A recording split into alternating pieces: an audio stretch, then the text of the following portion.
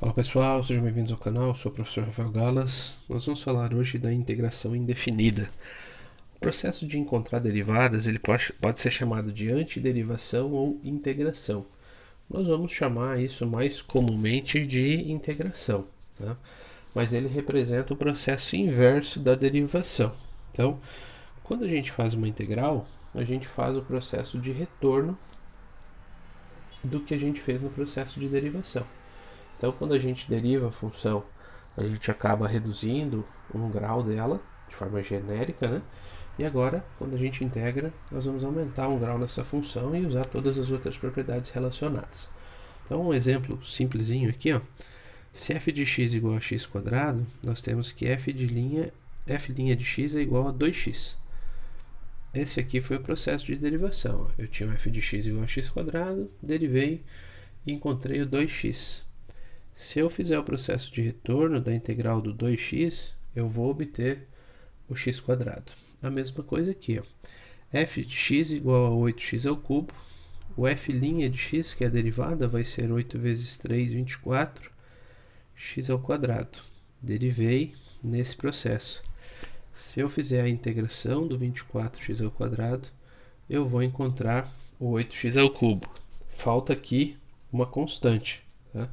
Essa constante, quando a gente deriva, ela acaba se tornando zero. Por exemplo, poderia ser x quadrado mais uma constante, porque a derivada permaneceria sendo 2x.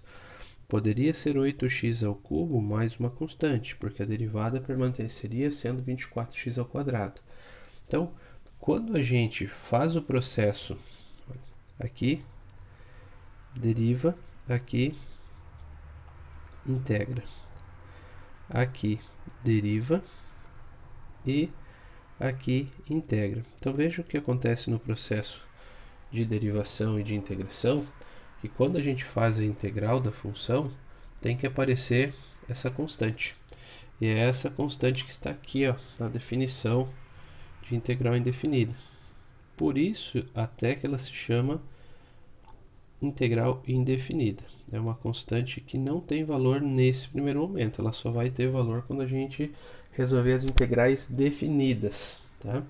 A notação que a gente vai utilizar é da integral, símbolo de integral, x elevado a n dx. Então, esse x aqui eu coloquei como um termo, mas é uma função, e esse dx aqui é o diferencial. Nós temos que ter a função e o diferencial. Tá? Então, se for x é dx, se for y é dy, se for t é dt e assim por diante. Tá? Quando a gente for integrar, vai ter que aparecer o símbolo de integral, vai ter que aparecer a função com um ou com vários termos e vai ter que aparecer o diferencial relacionado. Tá? O processo de integração ele vai ser feito da seguinte forma. Se eu integrar uma função x elevado a n, o meu resultado vai ser x elevado a n mais 1 sobre n mais 1 mais uma constante. O exemplo básico aqui do lado, exemplo de x elevado a quinta dx. Estou fazendo só com um termo, sem maiores complicações, para entender a ideia básica. O n, no meu caso, é o 5. Então vai ser x elevado a n, que eu tinha, vai ser x elevado a n mais 1, dividido por n mais 1, mais uma constante. Portanto, a integral de x elevado a quinta dx é x elevado a sexta sobre 6 mais uma constante. Dá para tirar a prova real? Nesse momento dá para tirar. Se eu fizer aqui o resultado, tá pronto. Se eu fizer a prova real, né, vou derivar para ver se volta a função original. Se eu tiver o x elevado a sexta sobre 6 e for derivar, vai passar o 6 aqui, o x vai ficar elevado a quinta e esse 6 passa dividindo. A derivada da constante é zero, certo? Esse 6 posso simplificar com esse 6, esse 0 não me interessa, o resultado final aqui é x elevado a quinta, beleza?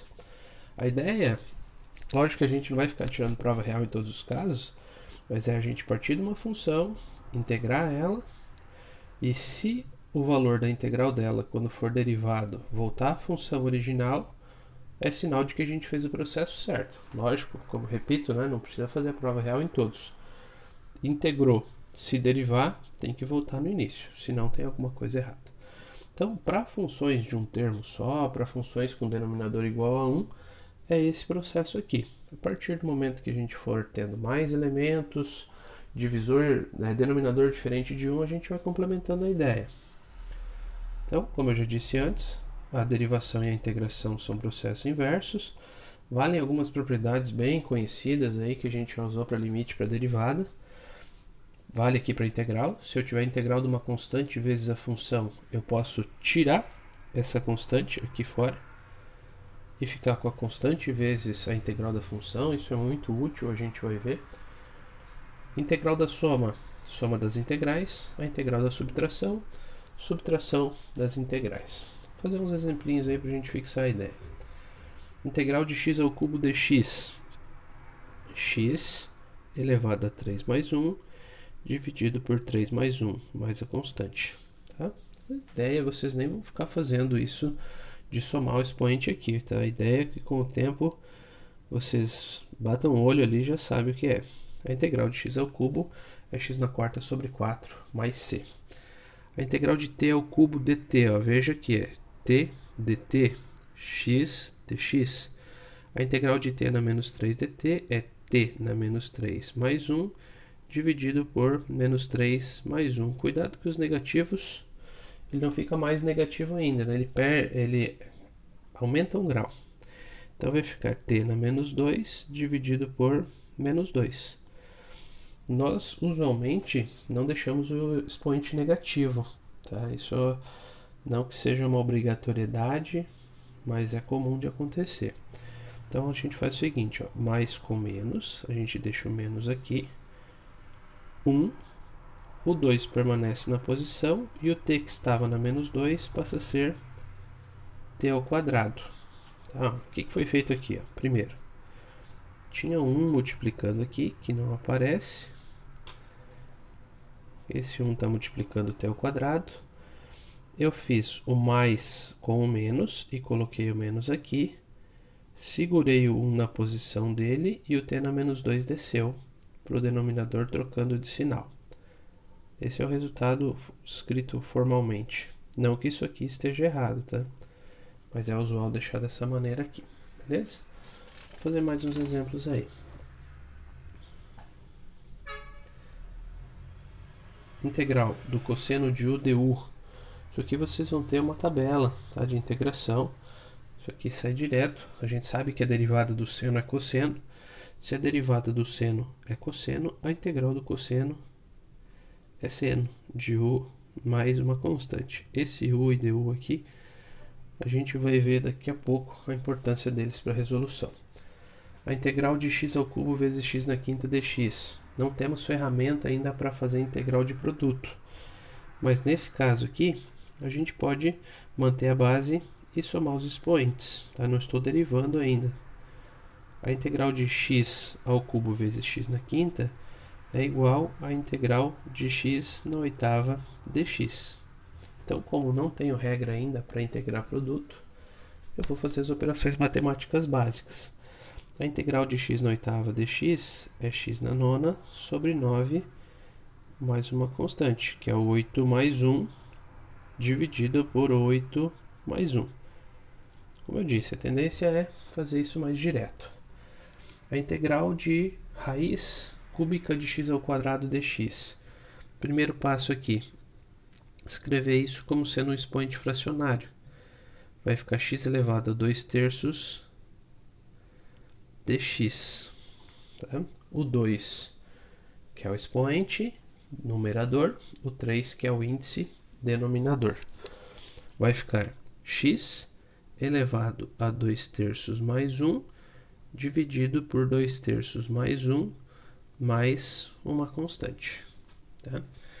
2 terços mais 1, tirando o mínimo múltiplo comum, é 5 terços, dividido por 5 terços, mais a constante. Aqui ela está bem escrita, poderia ser feito melhor. Essa divisão por 5/3 a gente pode transformar invertendo numa multiplicação por 3/5. E aí ficaria 3/5 de x elevado a 5/3 mais constante. E ainda, se quisesse, depende aí do professor, do que ele vai cobrar em relação à forma de escrita, poderia ser melhor escrito ainda, tirando esse x elevado a 5/3 e escrevendo em forma de raiz. Tá? Mas derivada ela está. Derivada ela já estava aqui. Aqui é uma forma de escrita e poderia ser melhor escrita ainda. Tá? A integral da tangente de x sobre a secante de x. Não temos formas ainda para integrar. Desculpe, falei derivada antes, né? Não temos formas para integrar uma divisão, certo? Então a gente vai utilizar propriedades. O que a gente pode fazer aqui? A gente pode utilizar identidades trigonométricas, substituições que sejam válidas. Aqui eu posso fazer o seguinte, ó, integral de tangente de x vezes 1 sobre a secante de x. Só reescrevi ela, tá? Separando os termos. Depois disso, a integral da tangente de x, a secante de x, eu posso até utilizar uma identidade. Tem uma identidade para tangente também. 1 sobre a secante é cosseno de x. Essa primeira não me ajudou muito, mas eu sei que a tangente é seno sobre cosseno. Então aqui, ó, vou usar uma identidade trigonométrica aqui, que é 1 sobre secante de x igual a cosseno de x, e vou usar uma aqui, que é a tangente de x igual a seno de x sobre cosseno de x. E aí eu vou ficar com seno x sobre cosseno x vezes cosseno x dx. Eu já disse isso em vídeos anteriores. Dá para usar a identidade e ela ajuda bastante, mas tem que fazer sentido para a simplificação. Cancela os cossenos. Vai ficar aqui como resultado final a integral do seno de x dx, que pela tabela de integração é menos cosseno de x mais constante. Resultado final. Beleza, gente? É bem tranquilo de fazer, fazendo passo a passo, fazendo tranquilo, usando as propriedades, não tem erro. Um exemplo, calcule a integral, que envolve soma agora. Integral de 5x ao cubo mais 2 cosseno x dx. Se vocês quiserem, pela propriedade anterior, a gente pode fazer totalmente separado. Se você entendeu e sabe fazer tudo uma vez só, tranquilo também. Mas as propriedades dizem que dá para fazer o seguinte, a integral da soma, eu posso separar em soma das integrais. A integral do 5x ao cubo mais a integral do 2 cosseno de x dx. Tá? E se quisesse fazer mais ainda, poderia tirar a constante. Daí ficaria 5 vezes a integral de x ao cubo dx, mais 2 vezes a integral do cosseno de x dx. É uma possibilidade usando propriedades. Não é obrigatório fazer assim. Vai ficar 5 vezes a integral de x ao cubo de x na quarta sobre 4. 2 vezes a integral do cosseno de x é seno de x. Mais a constante. Esse é o resultado final, né? Que é 5x na quarta sobre 4 mais 2 seno de x mais constante. Resultado final feito com as propriedades. Ah não, eu estou tranquilo, eu sei fazer direto. Beleza. 5x na quarta sobre 4 mais 2 seno x mais constante, acabou. Tá? Dá para fazer direto, aí depende do nível que vocês estão. Mais dois exemplos aqui para a gente finalizar. A integral de 8t ao cubo menos 6 raiz de t mais 1 sobre t ao cubo dt. O primeiro passo aqui seria reescrever ela. A integral de 8t ao cubo menos 6, o raiz de t eu vou escrever como t elevado a meio. E aqui divisão não tenho como resolver, por enquanto. Então esse t ao cubo aqui, eu vou subir ele para o numerador e ele vai ficar t na menos 3. Agora, esses três termos que eu tenho aqui podem ser integrados. Dois caminhos: separar tudo, tirar as constantes e integrar. Ah não, já estou vendo a ideia, tranquilo. Então faz uma vez só. A integral de 8t ao cubo é 8t na quarta sobre 4, menos 6t elevado a meio é t elevado a 1 meio mais 1, dividido por 1 meio mais 1. Fiz esse um pouco mais detalhado por conta da fração, sei que muita gente tem dificuldade. A integral de t na menos 3 é t na menos 2, dividido por menos 2, mais c. Vou continuar aqui do lado. 8t na quarta sobre 4, 2t na quarta, menos 6. Esse t elevado a 1 meio mais 1 pelo MMC é t elevado a 3 meios. 1 meio mais 1 é 3 meios. Esse t na menos 2 a gente já fez uma organização parecida. Fica mais com menos. Eu vou colocar aqui menos. Lembrando, né, que tem um 1 aqui multiplicando o t ao quadrado que não aparece. O t na menos 2, desculpe. E esse 1 fica no numerador. O 2, ó, mais com menos já se tornou esse menos. O 2 permanece e o t na menos 2 desce. Vai ficando 2t ao quadrado. Mais c. E aqui, praticamente pronto, né? 2t na quarta, menos 6. Essa divisão por 3 meios é uma multiplicação por 2 terços. Divisão da divisão, repete o primeiro, inverte o segundo. t elevado a 3 meios, mais com menos, menos 1 sobre 2t ao quadrado, mais c. Bom, aqui, fechar o exercício, 2t na quarta, menos 6 vezes 2, menos 12, dividido por 3, 4. t elevado a 3 meios, menos 1 sobre 2t ao quadrado, mais c. Só o que poderia ser feito a mais aqui é esse t elevado a 3 meios, tá? Esse t elevado a 3 meios a gente poderia escrever ele de uma forma diferente, poderia colocar dentro da raiz. Fora isso, mais nada. Integral de x ao quadrado menos 1 ao quadrado sobre x quadrado dx. Já disse, né? Não temos como fazer a integral da divisão. Qual seria a ideia aqui? Abrir esse quadrado perfeito aqui de cima, que é o quadrado do primeiro, menos 2 vezes o primeiro pelo segundo, quadrado do segundo. Isso dá para fazer sem problema. Mas continuamos com a divisão. E a divisão, por enquanto, é problema. O que a gente pode fazer nesse caso? Escrever cada um dos termos do numerador com o denominador. Separar. Esse com esse com esse e esse com esse. Ficaria assim. Integral de x na quarta sobre x quadrado dx menos a integral de 2x quadrado sobre x quadrado dx mais a integral de 1 sobre x quadrado dx. Né? X na quarta, menos deixei fora, 2x quadrado, 1. Beleza?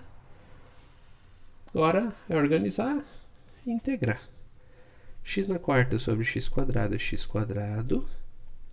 Esse x quadrado corta, vai ficar menos a integral de 2 dx. E esse último termo aqui, não temos como fazer divisão, vamos repetir o que a gente veio fazendo, que é subir ele para o numerador. E aí dá para integrar e finalizar o exercício bem tranquilo.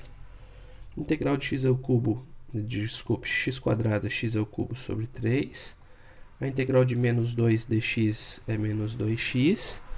E a integral de x na menos 2 é x na menos 1 dividido por menos 1 mais constante. Para finalizar, só vamos organizar esse termo aqui.